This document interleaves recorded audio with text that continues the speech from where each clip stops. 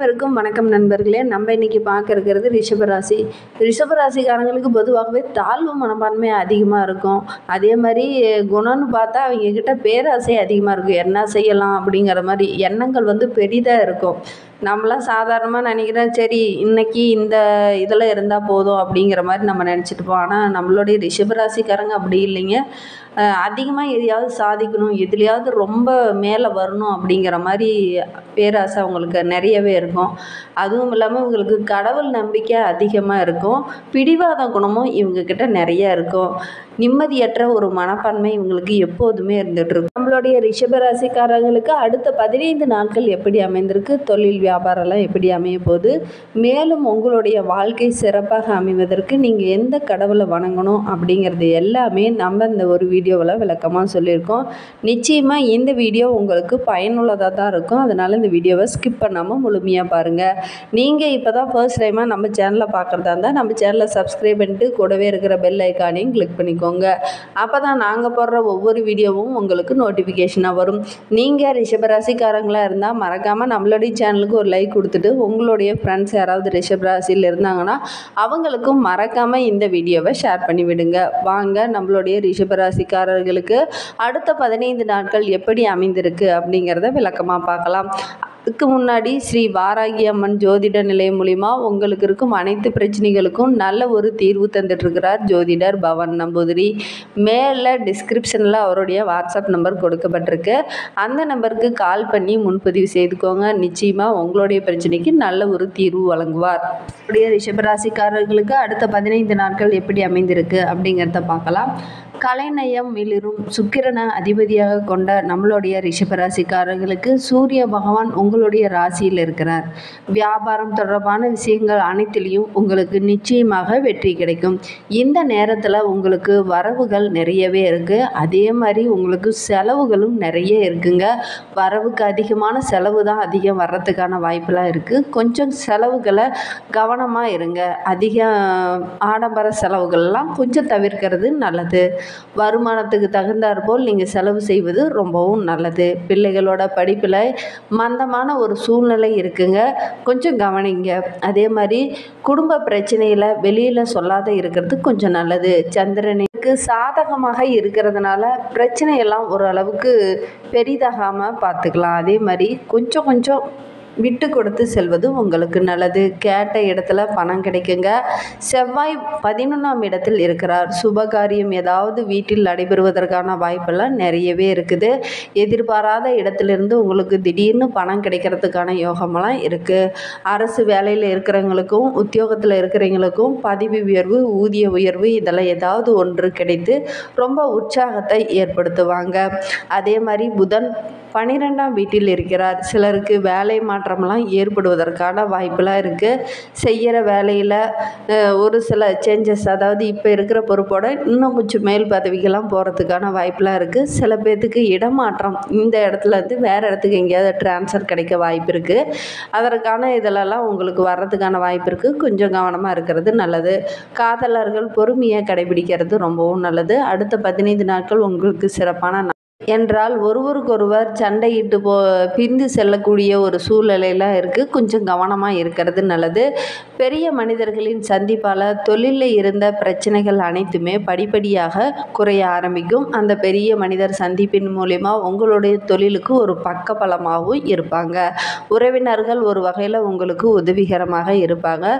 நண்பர்கள் மூலிமா உங்களுக்கு கிடைக்க வேண்டிய நன்மைகள் அனைத்துமே கொஞ்சம் தாமதமாக கிடைக்கும். அதே மாதிரி குரு பகவான் 1ஆம் வீட்டில் இருக்கிறாரு. எடுத்த காரியங்களை துணிச்சலோடு செய்து முடிப்பீங்க. அதில் வெற்றியும் பெறத்துக்கான வாய்ப்பு நிறையவே இருக்குது. அதே மாதிரி கூட்டு தொழிலில் அமோகமான லாபம்லாம் கிடைக்கிறதுக்கான வாய்ப்பு நிறையவே இருக்குது. வியாபாரத்தில் புதிய நுணுக்கங்களை கையாளுவீங்க. அதனாலேயே நிறைய லாபம்லாம் கிடைக்கிறதுக்கான வாய்ப்பெலாம் இருக்குது.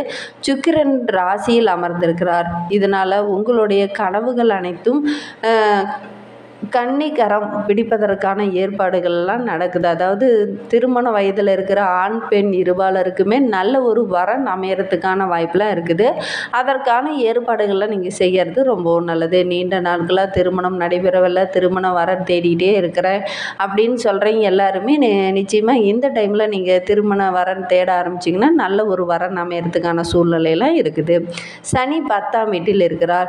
எவ்வளவு நிதானமாக நடந்தாலும் குடும்பத்தில் ஏதாவது ஒரு பிரச்சனை வந்துக்கிட்டே இருக்குங்க. மன நிம்மதி இல்லாமல் ஒரு சூழ்நிலை உங்களுக்கு இருந்துக்கிட்டே இருக்கும். கொஞ்சம் கவனமாக இருங்க. அடுத்தவரை நம்பி எந்த ஒரு காரியத்திலையும் இறங்காதீங்க. முடிந்த அளவுக்கு உங்களுடைய பிரச்சனையை நீங்களே தீர்த்துக்க பாருங்க. அடுத்தவங்க கிட்ட உங்களுடைய பிரச்சனையை சொல்லாதீங்க, அது ஆபத்தில் கொண்டு போய் விட்டுரும். ராகு 11ஆம் இடத்தில் இருக்கிறார்.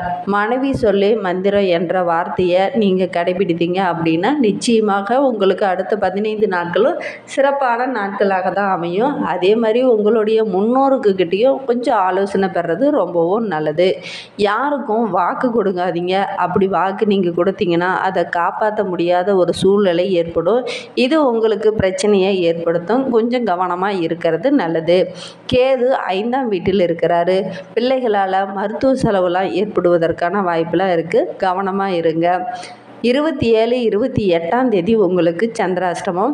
அன்றைய தினம் புதிய முயற்சியில் எதுவும் ஈடுபட வேண்டாம். புதிதாக ஏதாவது காலேஜில் அட்மிஷன் போடுற மாதிரியோ அல்லது ஸ்கூலில் அட்மிஷன் போடுற மாதிரியோ இருந்தால் அன்றைய தினம் அட்மிஷன் போடாமல் இருக்கிறது நல்லது. நிதானமாக நடந்து கொள்வதும் ரொம்ப நல்லது.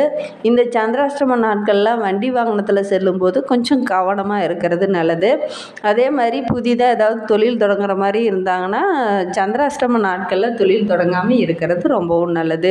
ரிஷப ராசியில் பிறந்த 3 நட்சத்திரக்காரர்களுக்கும் எப்படி அமைந்திருக்கு அடுத்த 15 நாட்கள் அப்படிங்கிறத பார்க்கலாம் வாங்க. ரிஷபராசியில் கார்த்திகை 2, 3, 4 பாதங்களில் பிறந்தவர்களுக்கு அடுத்த 15 நாட்களும் மிகவும் சிறப்பான நாட்களாக தான் அமைந்திருக்கு. உறவினர்களும் நண்பர்களும் உங்களுக்கு உதவிகரமாக இருப்பாங்க. அவர்கள்கிட்ட உங்களுக்கு பாராட்டு கிடைக்கிறதுக்கான வாய்ப்பெலாம் இருக்குது. உத்தியோகஸ்தர்களுக்கு மேலிடத்திலிருந்து ஒரு சந்தோஷமான செய்தி உங்களை தேடி வர இருக்குது. படிப்படியாக உங்களுடைய வளர்ச்சி ஆரம்பிக்குது. இதனால் வரையிலும் நிறைய பிரச்சனை, குடும்பத்தில் நிறைய பிரச்சனை சந்திச்சுட்டு வந்தவங்களுக்கெல்லாம் இனி அந்த பிரச்சனையெல்லாம் குறைந்து நல்ல ஒரு முன்னேற்றமான பாதையில் இந்த ஜூன் மாதத்திலேருந்தே நீங்கள் நல்ல ஒரு வளர்ச்சிகரமான பாதையில் நீங்கள் செல்ல இருக்கீங்க. வருமானம் நன்றாக இருக்குது. செலவுகளும் ஓரளவுக்கு சிறப்பாக அதிகமாக தான் இருக்குது. வருமானம் இருக்கிற அளவுக்கு செலவுகளும் அதிகமாக தான் இருக்குது. செலவுகளை கொஞ்சம் கட்டுக்குள்ளே வச்சுக்கிறது ரொம்பவும் நல்லது. சக ஊழியரால் உங்களுக்கு நிறைய நன்மைகள்லாம் கிடைக்கிறது. புதிய வாகனம் வாங்குவதற்கான வாய்ப்பெலாம் இருக்குது. அதற்கான முயற்சியில் ஈடுபடலாம். அதே மாதிரி திருமண வயதில் இருக்கிற ஆண் பெண் இருபாலருக்குமே நல்ல ஒரு வரன் அமையறதுக்கான வாய்ப்பெலாம் இருக்குது.